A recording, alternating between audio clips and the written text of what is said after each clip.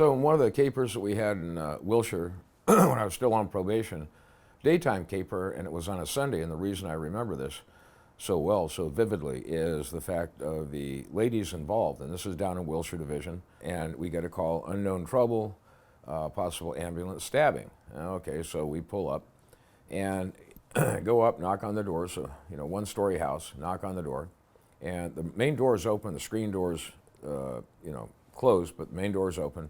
Knock on the door, LAPD, and we hear this female voice say, "Come on in, officers." So we walk in, and off to our left are about 5 or 6 of these elderly black women who are playing cards, and they're in their Sunday finest.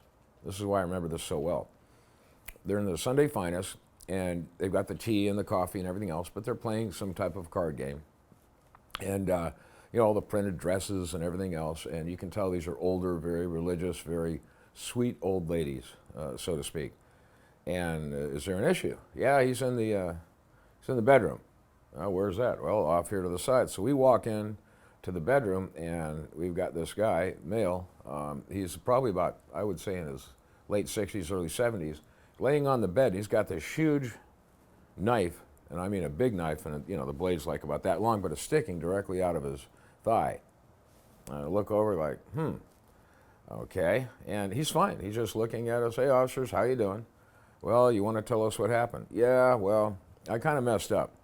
I came in, my wife's in there, and she's playing cards with the women and everything else. So I walk in there, and he'd been drinking. And this is Sunday, probably in the mid-afternoon, after church services. They're playing cards. He walks in, and he goes, I thought it'd be funny and everything else, so I took my thing out and showed him. And then I thought that was pretty funny, and I show all the women, and then I walk back in the bedroom, lay down. My wife comes in and stabs me in the leg. Okay, that sounds normal.